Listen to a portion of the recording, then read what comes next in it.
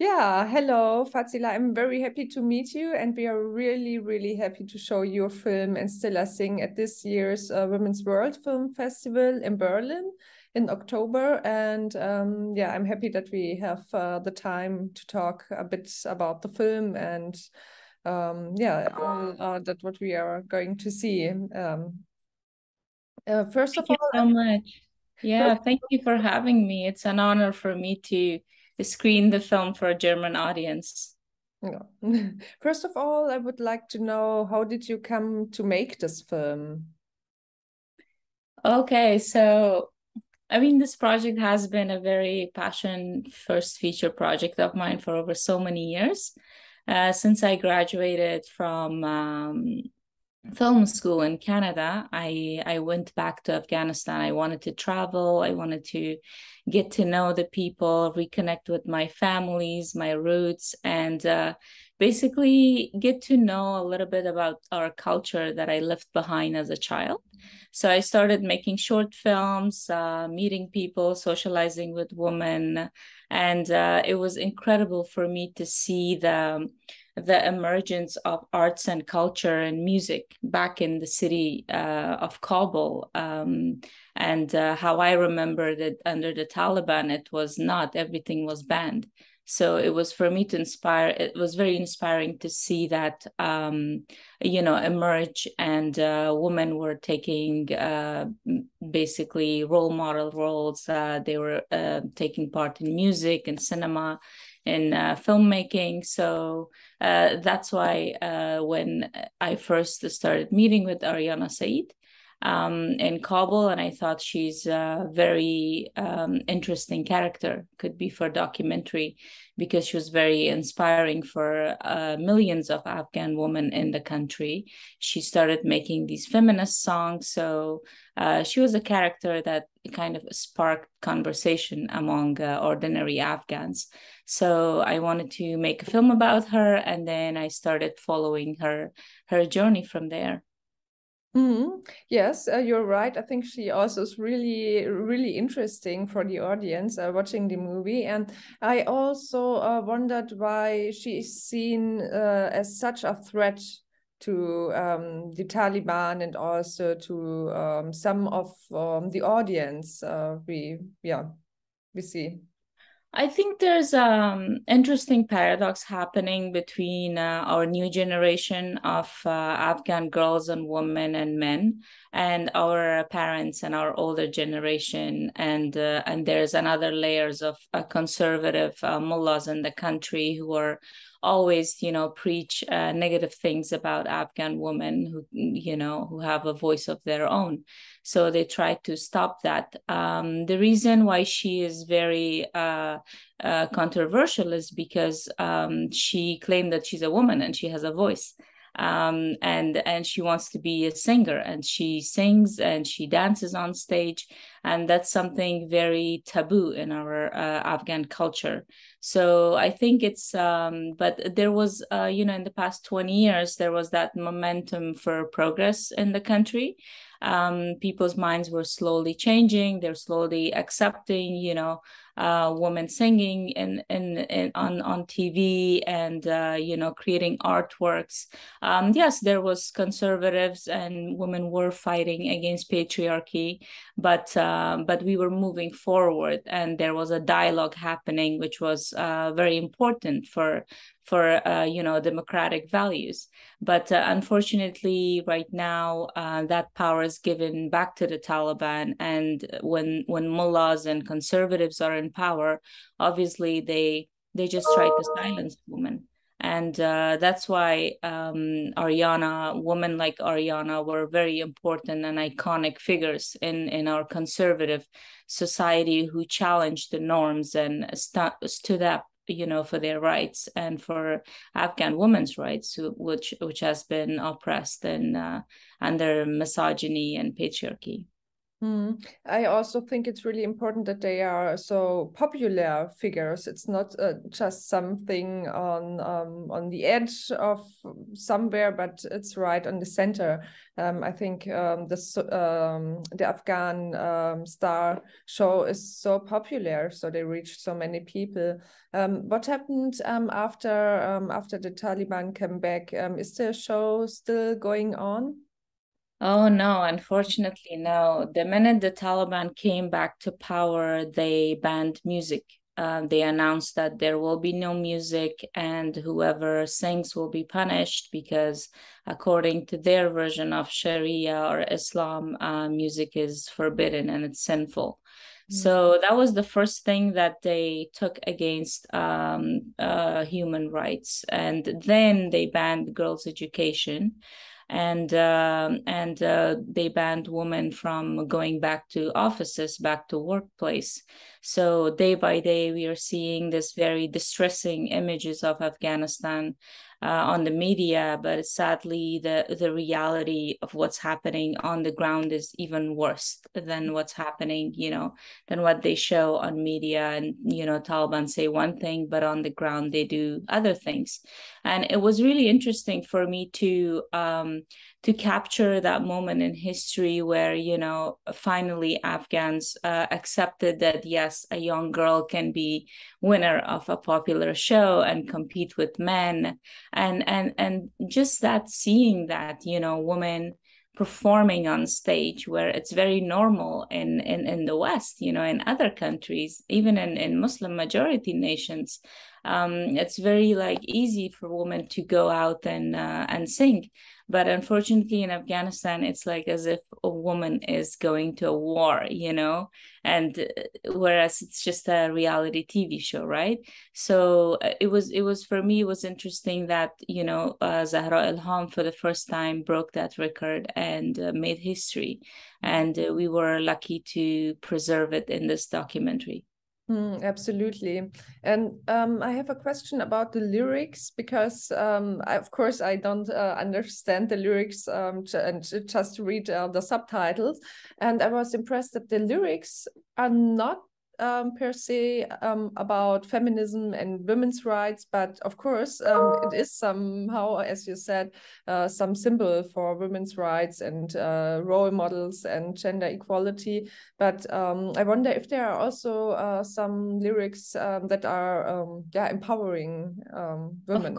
Of course, yes. Especially if you listen to Ariana Said's songs. I mean, the first song that really made her career was a feminist song. It's called "Lady from the Land of Fire," and it's about women's forced marriages, child marriages, street harassment, misogyny that was happening in the country. So that music really sparked controversy. That's why she's very controversial, because she speaks about women's rights through her music and through her artwork.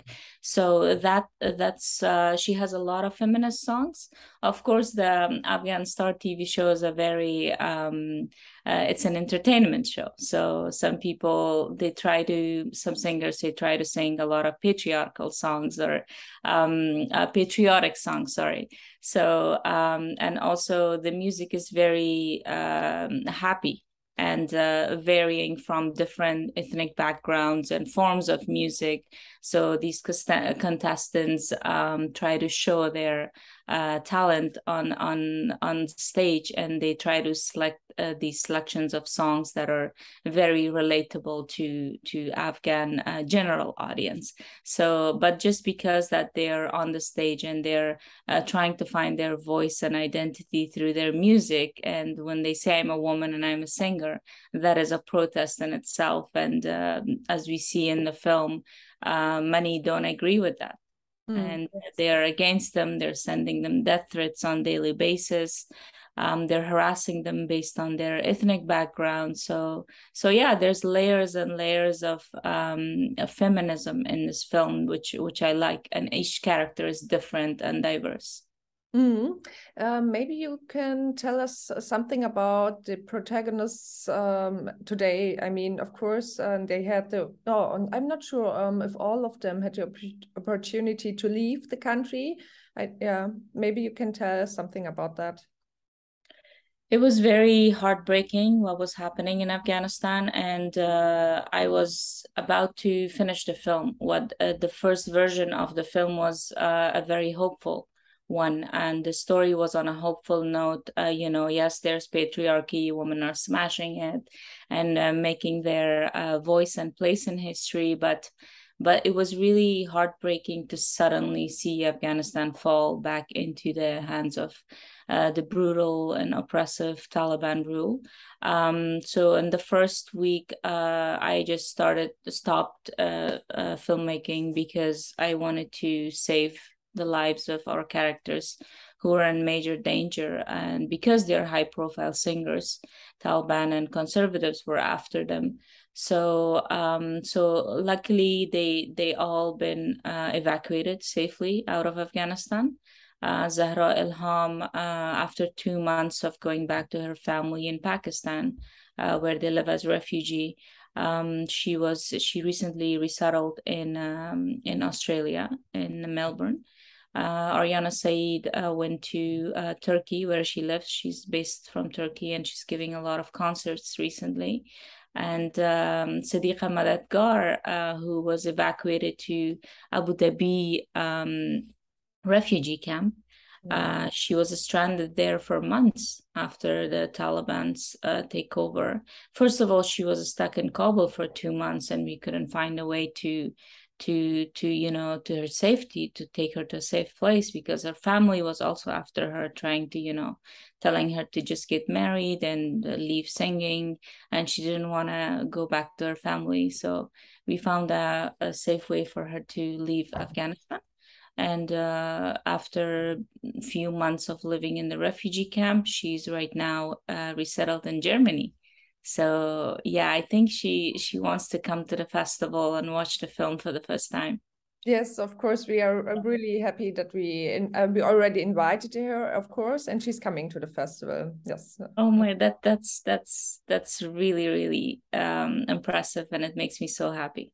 Yes, and I have a question about women's rights. I mean, of course, we all know that it changed completely, but I wonder if there is some hope, or do you think, I mean, there was so much change before that I wonder if there is still some energy left today. Unfortunately, I would say that it's not. Afghanistan has turned into a very, very dark and full of fear place. And women have no right. Girls are banned from education. The only hope and resistance that we see even today is from Afghan women. Every day we see a group of protesters, women, students. They take to the streets and they protest against, the Taliban rules that oppresses their rights to education, their rights to work, their rights to have a free movement. So that's the only resistance and hope in the country left right now. Of course, there's other armed resistance shaping in the country, because Afghans do not want to live under oppression, and anything that comes by force is not very popular in the country, as we see in its history. We have always rebelled against oppression, whether it was communism, whether it was, the Taliban. Before, 9/11, Afghans were fighting the Taliban. So, and they continue to do so today. But unfortunately, it's not that Afghans are not resisting. It's the world has forgotten about us, and it's been such a big betrayal. And Afghans who are in the country and who want to protest for their rights need material support, and they need international support. But as we see that the attention is sadly on Ukraine right now, which is also important, but to see the hypocrisy is a little bit upsetting, and especially at this time when the country needs so much urgent help. And but yeah, that's the only hope I can see. Okay, so yeah, or maybe you could tell us again, or focus on the role of the international politicians. I mean, how can they improve the situation? I mean, you already told us some facts, but maybe you can.